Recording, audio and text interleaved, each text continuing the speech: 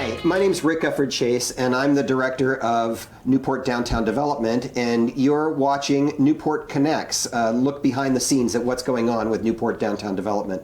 And we've got a couple of topics we're going to cover this morning. I'd really like to begin by introducing my colleague who you may have seen before on this program, Felicia Updike, who's our Associate Director. And Felicia's here so that she can describe a little bit about what's going on with the Hometown Holidays program that we're doing in partnership with Newport Daily Express and with the City of Newport Recreation Department. So Felicia, can you just begin by giving us an overview of what's going on? Yeah, so it starts on Saturday, November 30th from 5 to 8. On that Saturday starts the drive-through light show through Gardner Park. We're going to have live music from Todd Prano in the Tasting Center, along with letters to Santa and crafts, and the Memphremagog Market vendor carts will be out.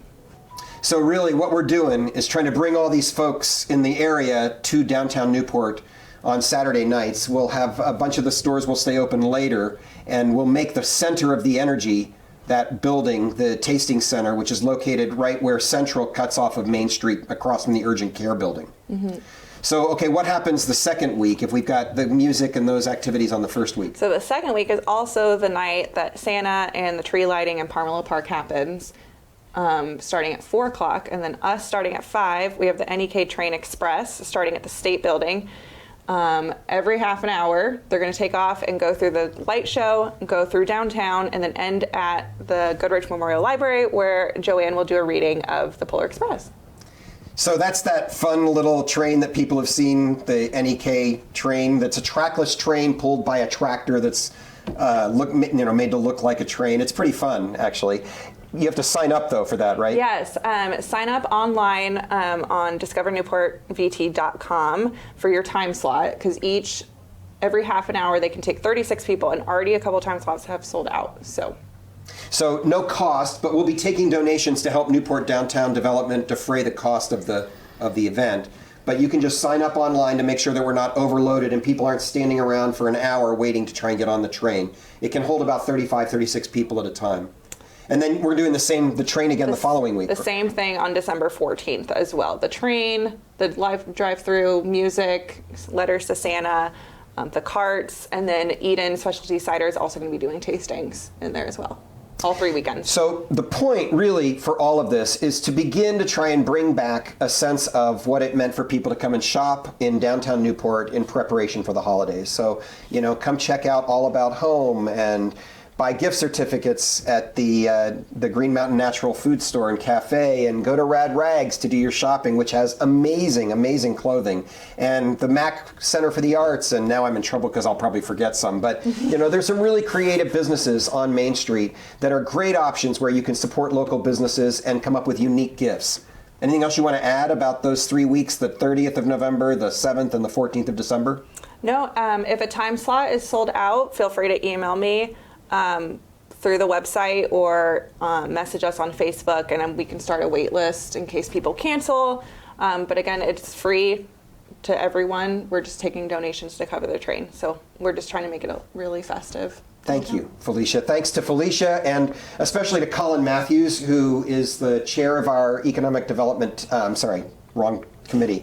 Colin is chairing the events crew and the committee that's trying to put together all of the various events that we work on. Colin and Felicia and Sarah Chadburn have been working hard on getting ready for the Winter Saturdays dances in January and February. There's always going to be things going on, so keep paying attention to our website at discovernewportvt.com, where you can learn more about upcoming events on our calendar, the events we sponsor, and a lot of other community events as well. Anything else to add? No, that's it. Okay, thank you. Then we'll let Felicia go. And I'm now going to introduce Dave LaForce, who, with his wife Julie, is owner-operator of Built by Newport. Dave has been on the board of Newport Downtown Development for a year and a half, and he has been chairing the work of the Economic Development Task Force since this time last year. And that task force, folks may remember, has been in place primarily so that we could become educated about the challenges around long-term development in downtown Newport. So Dave and I are here this morning to talk with folks about the report that we rolled out this week to City Council with a detailed master plan that will act as our roadmap on where we go from here to try and do the actual work of rebuilding the key sites in our downtown area. And so, Dave, I wonder if you could start by just talking a little bit about the kind of overall report that was presented by you and by VHB to City Council last Monday night. It's a very detailed summary of a 10-year and longer plan. It contains several segments throughout the plan. So one thing that it covers is a housing study that basically leads us into the future. There's a detailed site-by-site plan showing what the potentials could be for the community. There's a TIF analysis, which is tax incremental financing, that basically details if a TIF were put into place, would it contribute to the community? And then there's a lot of work in the plan for infrastructure. So is there enough water? Is there enough sewer for this potential development in the community? So one thing I'll say as we kick this off is that the introduction to this long and detailed master plan actually enumerates a whole bunch of the different plans and studies and reports that have been done about Newport since 2008. And Dave has become a little bit famous around town for talking about how Newport's been kind of studied to death over the period of the last 15 years. And so one of the things you might really want to do when you look at this study, which can be found on our website at discovernewportvt.com, is to just read the summary of all of those plans, because they really are the foundation for what we're doing next. So I wonder, Dave, if you might start by just kind of reviewing kind of your aha moments as you read the housing portion of this plan. So the housing study, again, it's long, but to summarize the meat of the study, it indicates that Orleans County is going to need almost 1,800 more housing units by 2027, which is only 3 years away. The 55 and older age group is a big portion of that. Allowing that age group to move into smaller homes will then free up inventory for larger families and just cause an inventory surplus so those families can have larger home spaces to move into. The actual plan that VHB rolled out calls for 410 new housing units for the community. Newport needs 155 units just in the next 5 years. Over the next 10 years, it needs 310 units. So there's some significant need for housing in our community. And one of the things I really want to highlight from that section of the report is that it also really focuses on what's called the missing middle. We have, as we build housing, we really need to keep in mind that there are kind of three different parts, at least three, maybe more actually, parts of our population that we're aiming at, economically speaking. One is obviously accessible housing at a price that folks can afford who are lower on the income scale. And also on the other end of the spectrum, there needs to be some amount of housing for people who are at retirement age, they've had some savings built up, they'd like to move out of their homes and live a more simple and kind of downsized life. So stuff that's kind of on the higher end of the scale. But the broad focus of this housing study really pushes us to look at that missing middle. How can we make sure that there's housing available at a reasonable price for people who want to work as teachers or at the hospital or for Built by Newport or other manufacturing facilities, or really anybody in our town who's looking for a place to kind of settle in and begin to raise a family. So we're certainly focused. I just came from a meeting this morning actually with our housing committee, and they are intently focused on that missing middle piece of the conversation. Anything else you want to add about the housing section in particular? No, I think that covers it really well. Okay, then I think maybe what we should do next is we'll move to the broad kind of meat of the report, which lays out 9 different development sites along our main street, starting up at the block where the Maple Fields is and going all the way down Main, across the causeway, and all the way out to Eastside Restaurant. And the report is laid out in a really helpful way. If you go and check it out, you'll be able to see the entire vision with a map that shows all of that section and what's being proposed for each site.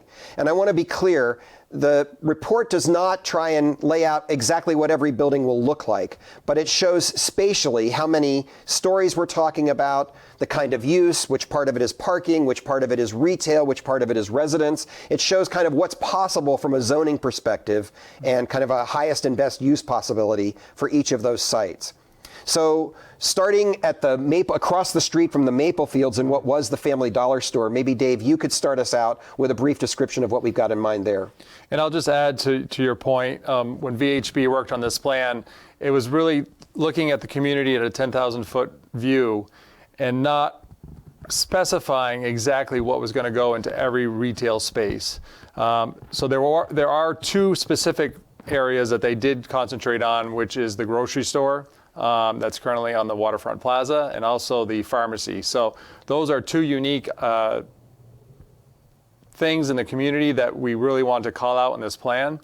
But everything else, like if you look at the post office and if you look at potentially like Hoagie's and the movie theater, we weren't specific, but one thing that we really want to stress is that activating the downtown area is really important for the future of the community. So getting a lot of those retail establishments back into the downtown area is a big focus for the future. Great. Yeah. All right, so let's start there at the far west end of Main Street and have you kind of take the first property and we'll just go back and forth. Yeah, absolutely. So if we can bring up the slide.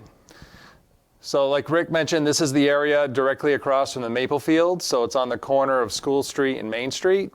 So this property was totally reimagined. VHB has a lot of experience in architectural design and has worked with a lot of municipalities throughout the state and around the country, actually.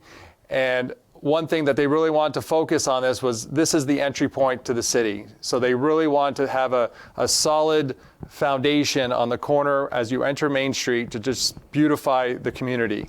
So what this does is it takes the current Family Dollar store, removes that building, and then joins two properties. So it joins the Family Dollar store property and the UCA current parking lot. So what's pictured here is a multi-level building that would have housing on the second and third floor. Currently today, they envisioned a pharmacy on the first floor to get that into the downtown area so people in the community could walk to the pharmacy and try to make our downtown more walkable in the future. And then having integrated parking in the back of the building on the ground floor in the back. And you know, before we move on to the next property, I think we probably should mention, it's occurring to me that one of the questions I know people ask right away is, well, you know, have you talked with the property owners? And everybody should know that, yes, our Economic Development Task Force reached out to all of the property owners impacted in advance of this study being released by City Council and basically said, you know, we just want you to know this is coming, and it doesn't prescribe what has to happen on each site. It just offers possibility to get us all thinking creatively, and we wanted you as a property owner to know that your property is potentially impacted by the plans for the long-term development. And I'd say to a person, the folks that I spoke with, and I think you would say the same, responded by saying, fabulous, we've been looking and waiting and hoping for this kind of a conversation, so we look forward to engaging with you about that possibility going forward. Yeah, absolutely, absolutely. It's a starting point to start having conversations with many of the stakeholders in the community, so we're pretty excited about that. Okay, so let's move across the street and down the street a little bit to the courthouse sites. And you'll see, is that the one we're on here? Yes. So this slide shows the two brown buildings, which are the existing courthouses. And then you can see a red building behind one of the courthouses on land that is currently not being used. It's got surface parking on it at the moment. And this has been developed with kind of an option A and an option B in our report. Option A says this could be residents with parking at the street level with residents above it. But option B allows us to think of this little area, all three of these buildings together, as continued and future government services, which could include the courthouse in this new building if the state were open to that. It could include using the current buildings as office space or repurposing them for the city. There are all kinds of possibilities that could happen there. The idea is that the property becomes much more viable if you add a modern building behind the two historic buildings to kind of become a partner on that property to the other two. Yeah, and if we move to the next slide, you can kind of see the vision if the back building doesn't contain housing and then instead becomes the new core houses, both for the state level and the county level. Okay, so should we move on to the next one? Yeah, absolutely.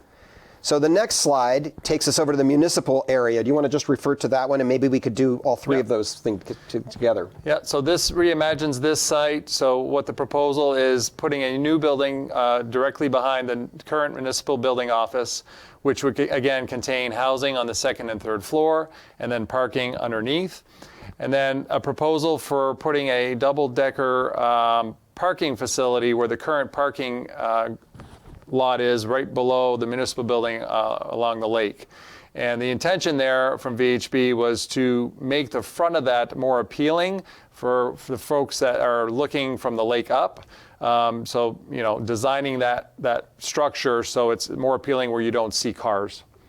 And I'll just say that we've had conversation about kind of the entirety. Like if you look just on this slide below that brown building that is a municipal building, thank you for putting that back up. That red building is where the Brooks Insurance company or business operates out of, and there's a realty business. An attorney, there. Yep. Yeah, attorney. Yes. And so one way that we could think about this property is that building and the municipal building and a new building behind the municipal building could have some kind of a shared or combined use. And it might be residential. It might be a combination of residential and something else. It could theoretically be a new community activity center that really picks up and expands on the use of our gym in our municipal building.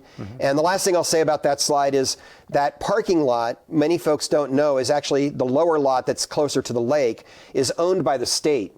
And I think the zoning actually restricts it so that you can't put a building there. Right. But, we could put a double layer parking garage there. You could also theoretically put a lower level of parking with a cap on it that could then become green space and some kind of park space so that you're actually looking out across an open park and out to the lake. And it's also the thing that welcomes boaters as they come into our marina and our downtown docking area. Yeah, exactly. Okay, so do you want to kind of walk us into the big project that everybody's curious about on the other side of the street? So we'll move to the vacant lot slide, which is next, I believe. One more. Yes. So obviously this has been a big discussion amongst the community for the last 10 years, the vacant lot in the middle of the downtown area. So what's been imagined here is a 7-story structure, first story being all retail space. And because of the topography of this lot, it slopes a significant amount from the street, which I think is 2nd Street, to Central Street. So they've reimagined the entire front of this building so it can use that slope and make a really nice retail space on the ground floor. And then going up, we're looking at residential. So I believe there's 98 units of residential housing in this building. This building considers the potential new zoning laws that are going to come, which is, I can't remember the zoning when it's, what's the zoning called when you... I'll let you think about it. I want to say freeform. That's not it. All of a sudden, I just lost it. It went out of my head. But if you look at this building, you'll notice that the last 2 floors are set back. And that's intentional with the new zoning things that the community is using. We'll think of the word. But that makes it so when you're driving down Main Street, this doesn't look like a monstrous building. The top floors are set back, so it makes Main Street nice and open and airy. Another significant thing on this property is the parking. So this building will have parking underneath for the residencies that live there, and we'll also have a parking deck in the back. And VHB put a lot of effort into this. So again, looking back at older studies, looking at traffic studies, streetscape, all these types of things. So all of these properties that we're going to look at today have that in mind. So as an example, from Seymour Lane to School Street, which the street next to the municipal building is Bayview Street. Oh, you're talking about the next one over, Bayview, yes. So the plan of all this is interconnecting all the community on the off Main Street so people can gain access to all these parking facilities without clogging up traffic on Main Street. So that was a considerable consideration on this lot. So there's 2 entrances to this parking garage for both incoming and outgoing. And I believe, I can't read the slide, but I think there's close to 300 parking spaces on this property. That's right. Form-based code. Thank you. Recovered from my senior moment.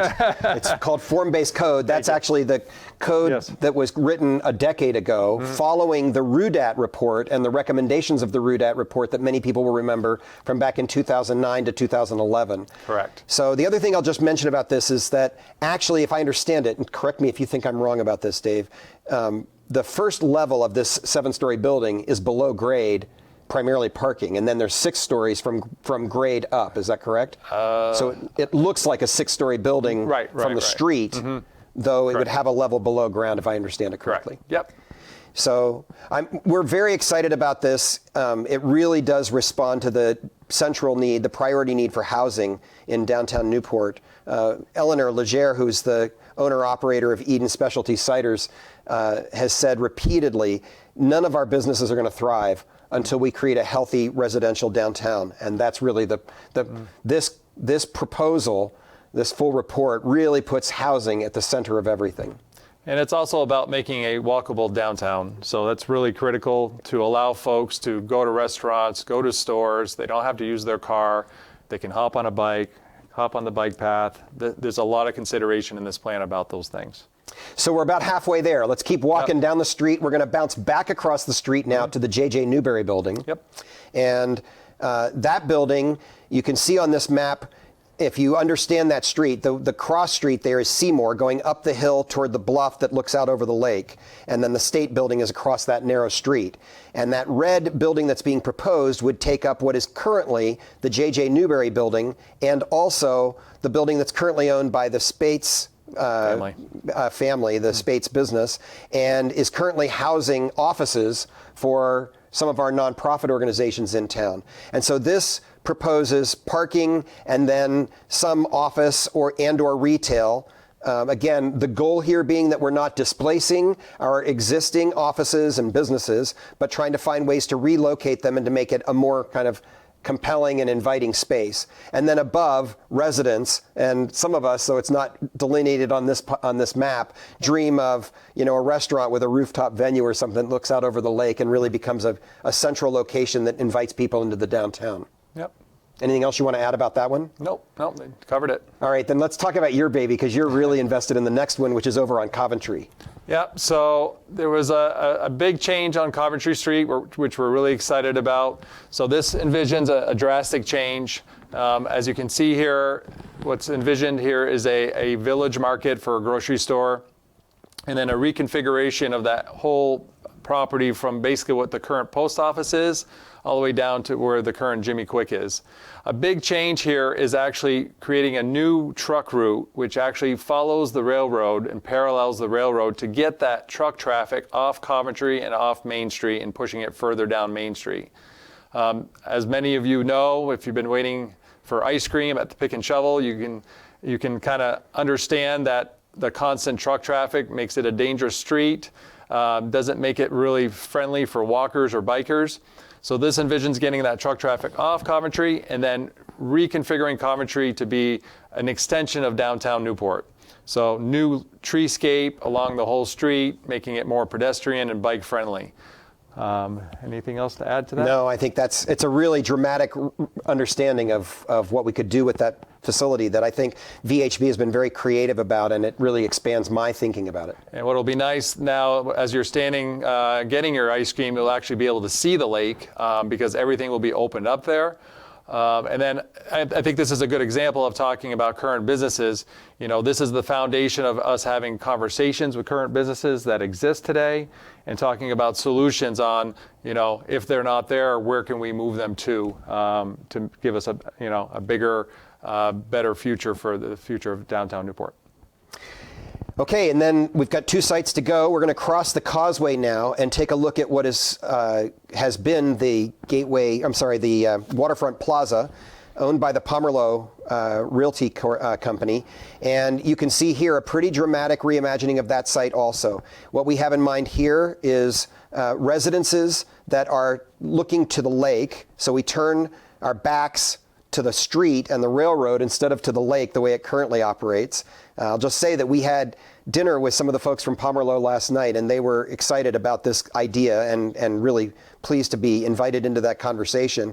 One thing that's really critical to know about this is that the current bike and pedestrian path, the waterfront, the downtown waterfront recreation path, now goes along the railroad in front of the grocery store and all the other stores there. This reimagines that path then goes along the lake and creates public access all the way along the lake in front of these buildings to the lake itself. Yeah. Anything else you want to add about that?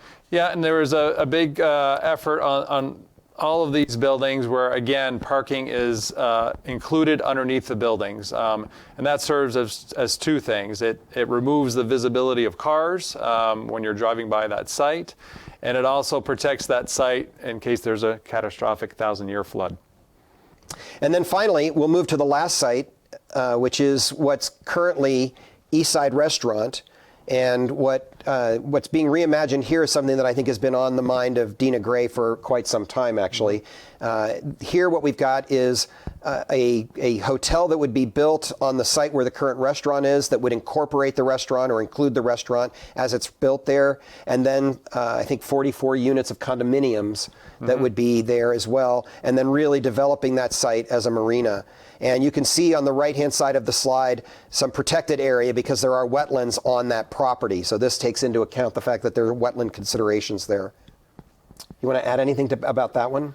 No, I think it's going to really change the lakefront, especially for our Canadian friends north of the border. It's going to totally reimagine the entire lakefront when those boats come down to Newport in the future.